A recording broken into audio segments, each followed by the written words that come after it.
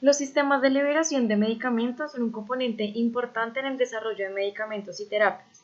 El campo es extenso y requiere un gran esfuerzo para describir las tecnologías existentes y aquellas en desarrollo.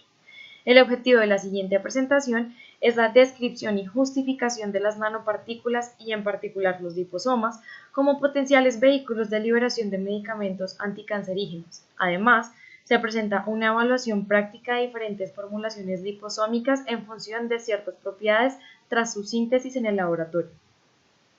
Nuestro equipo de investigación se ha centrado en el tratamiento de la leucemia, un tipo de cáncer que afecta a los tejidos que forman la sangre del organismo. Por lo general, involucra los glóbulos rojos que son poderosos combatientes de infecciones y genera una producción anormal de estos en la médula ósea. Las anomalías hacen que las células crezcan, se dividan con mayor rapidez y sigan viviendo cuando las células normales ya murieron. Con el tiempo, las células anormales pueden desplazar las células sanguíneas sanas de la médula ósea, lo que disminuye la cantidad de plaquetas, glóbulos blancos y rojos sanos, causando los signos y síntomas característicos de la leucemia. La clasificación de la leucemia se realiza en función de dos características. La primera se centra en la velocidad de evolución de la leucemia e incluye la leucemia aguda, en donde las células sanguíneas anormales son células inmaduras. Estas no pueden cumplir sus funciones normales y se multiplican muy rápido. Por otro lado, la leucemia crónica comprende células sanguíneas más maduras. Estas se replican y se acumulan muy lentamente y pueden funcionar con normalidad durante un tiempo. Por otro lado, la segunda clasificación tiene en cuenta el tipo de glóbulo blanco afectado. La leucemia linfocítica afecta a las células que forman el tejido linfoide o linfático y este tejido forma el sistema inmunitario. Por el otro lado, la leucemia mielógena afecta a las células mieloides, que originan los glóbulos rojos y blancos, y las células que producen las plaquetas. Ahora bien, con respecto al contexto, la leucemia es el tipo de cáncer más común en los niños. Un dato de la Sociedad Americana contra el Cáncer estima que en Estados Unidos la leucemia afecta a 4.000 niños cada año, lo que representa a 1 de cada 3 casos de cáncer infantil. Esta misma institución indica que la leucemia linfocítica aguda es el tipo más común entre los niños entre 2 y 4 años, seguida por la leucemia mielógena aguda. En Colombia, según los datos de la cuenta de alto costo correspondientes a la población afiliada al Sistema General de Seguridad Social en Salud, en el periodo comprendido entre el 2 de enero de 2015 y el 1 de enero de 2016, la leucemia linfoide aguda fue el tipo de cáncer con más frecuencia entre la población pediátrica, menores a 18 años, y afectó a un total de 1.507 niños y adolescentes, con un total de 239 casos nuevos y 97 menores fallecidos durante el periodo. Con respecto a la leucemia mieloide aguda, el total de casos registrados fue de 150 pacientes, 28 de ellos reportados como casos nuevos y 17 como fallecidos. Ahora bien, en Colombia, en los años de 2015 y 2016, con respecto a la población adulta, la leucemia mieloide aguda afectó a 744 pacientes, de los cuales 126 fueron registrados como casos nuevos, siendo el tercer cáncer hematológico más frecuente después de las dos agrupaciones de linfomas. El total de pacientes fallecidos durante el periodo fue de 159. Con respecto a la leucemia linfocítica aguda, el total de pacientes afectados fue de 705, 114 casos nuevos y 132 personas fallecidas. Ahora bien, ¿cómo se trata la leucemia? El tratamiento para la leucemia depende de varios factores que incluyen edad, estado de salud general, tipo de leucemia y extensión a otras partes del cuerpo. Los tratamientos frecuentes que se usan para combatirla incluyen quimioterapia, radioterapia, trasplante de células madre, terapia biológica y terapia dirigida. Con respecto a la quimioterapia, esta utiliza sustancias químicas para matar las células cancerígenas. La radioterapia utiliza haces de alta energía que dañan las células cancerígenas. El trasplante de células madres consiste en un procedimiento en el que se reemplaza la célula ósea enferma por una sana.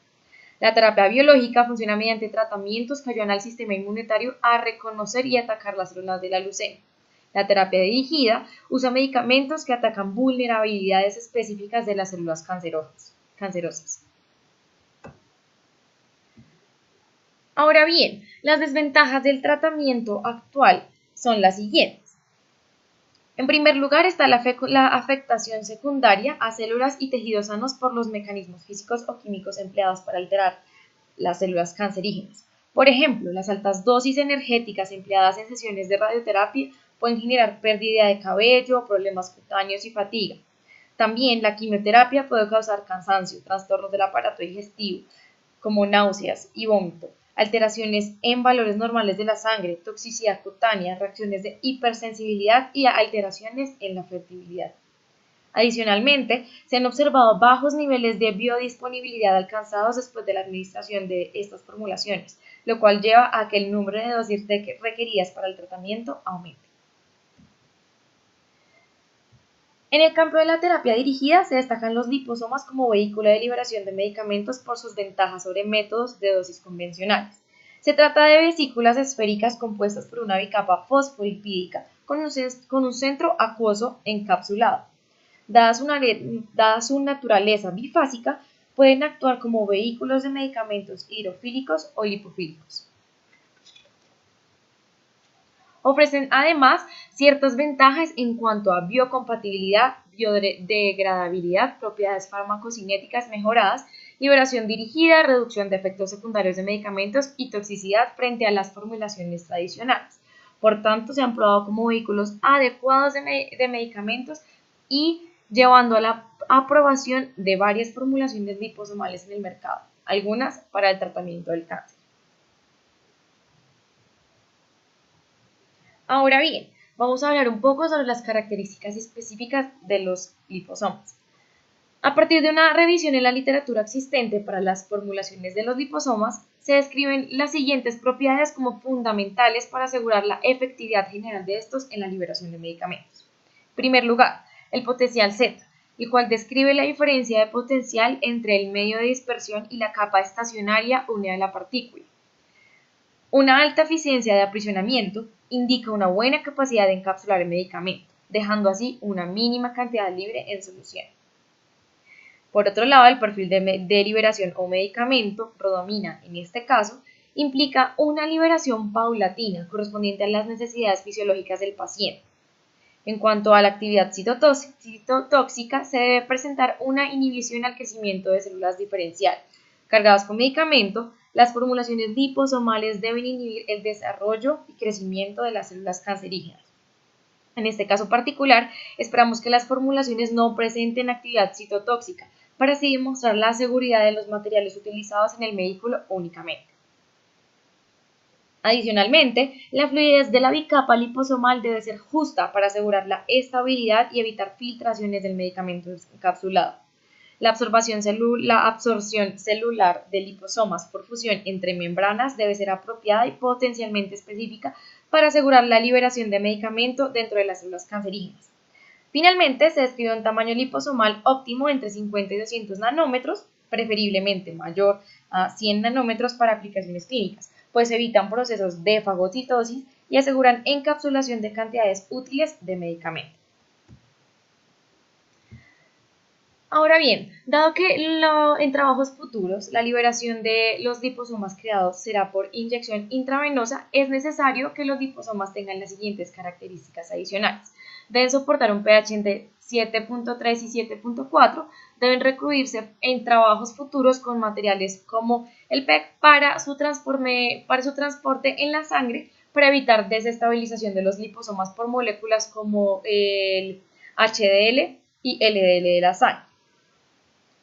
Además, estos liposomas deben tener carga positiva debido a las propiedades electrostáticas que este tiene, debido a que los liposomas positivos son mucho más estables al momento de inyectarse en el torrente sanguíneo. Por último, para evaluar que efectivamente estos liposomas han llegado al tejido específico, en este caso la médula ósea, se propone para trabajos futuros colocarles marcadores de fluorescencia de tal manera que se pueda identificar que sí están llegando al tejido target. Así entonces, la propuesta específica del grupo de investigación gira en torno al estudio de liposomas como vehículos de liberación de medicamentos anticancerígenos. Para ello, se proponen métodos de preparación de liposomas a partir de diferentes materiales biológicos que incluyen lecitina de soya y colesterol y la posterior encapsulación de rodamina, un colorante que simula la química de ciertos agentes químicos empleados en terapias para el cáncer. Se caracterizará y evaluará el desempeño de las diferentes formulaciones en función de la liberación de rodamina in vitro, la absorción y biodistribución en células cancerígenas, actividad citotóxica y capacidad de aprisionamiento de la rodamina. Con respecto a la metodología propuesta y la síntesis o formación de los liposomas, se utilizó el método de la hidratación de la bicapa lipídica.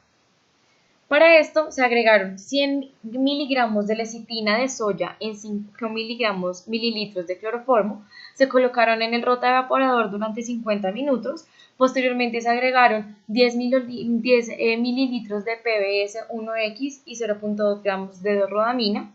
Esta solución nuevamente se colocó en el rotaevaporador durante 50 minutos, se filtró la solución con filtros de jeringa de 0.45. De esa solución filtrada se tomó 1 microlitro de solución para observar en el microscopio y posteriormente se almacenó la solución en la nevera y se observó la muestra de 1 microlitro con un objetivo de 100x. Adicionalmente, se intentó realizar una formulación de lecitina de soya y otra de lecitina con colesterol para su posterior comparación. Esto quiere decir que se agregaron 25 miligramos de lecitina de soya y 25 miligramos de colesterol. El resto del procedimiento se realizó de la misma manera. Posteriormente, para la medición del tamaño vesicular y potencial Z, se tomaron 50 microlitros de formulación liposomal. Se tiene que diluir 60 veces en PBS. Se debe verificar que el pH de la muestra esté entre 7 y 7.3 y se miden las variables del Z-Sizer. Para la liberación del medicamento in vitro, se debe separar la rodamina libre y encapsulada. Se debe situar una alícuota de liposomas en bolsas de diálisis. Se deja caer la disolución de PBS a 37 grados bajo agitación y cada hora se debe medir la concentración de rodamina por el método de espectrofotometría. Por último, para la prueba de caracterización en la que se evalúa la deficiencia del aprisionamiento, se debe, luego de separar la rodamina libre encapsulada, se suspende 1 mililitro de formulación en PBS en 10 mililitros de tritón. Realizamos vórtex vigoroso durante 10 minutos, se mide la concentración de rodamina liberada y posteriormente se compara con la cantidad de rodamina agregada durante la síntesis.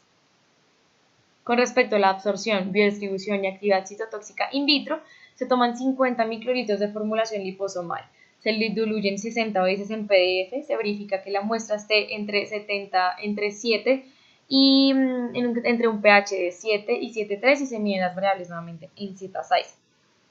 Por último, para la actividad de la actividad citotóxica se realiza la prueba citotóxica de MTT y para la creación de la placa se debe realizar una suspensión de 1 por 10 a la 6 células por mililitro para obtener 3 por 10 a la 4 células por pozo.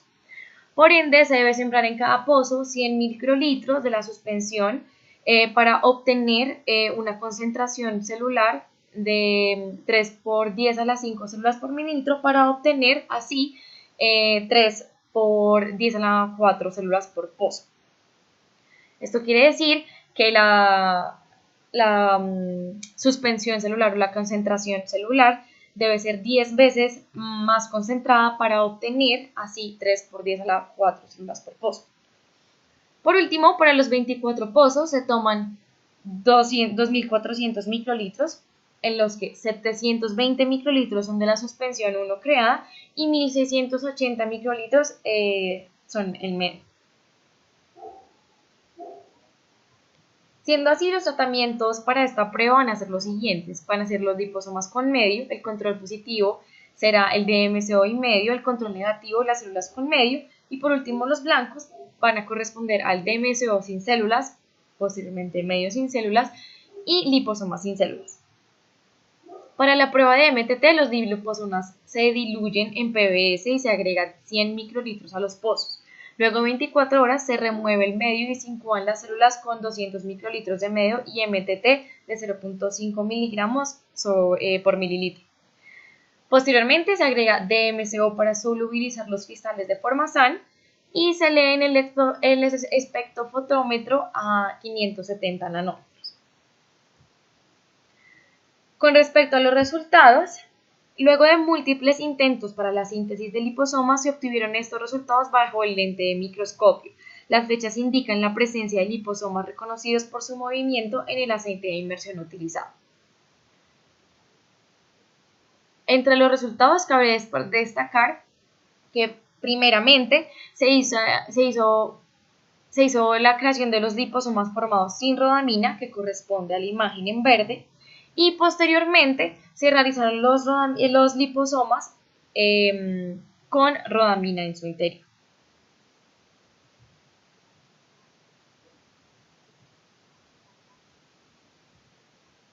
Aquí a continuación se enseña un video de cómo es el movimiento de los liposomas en el aceite de inmersión en el microscopio.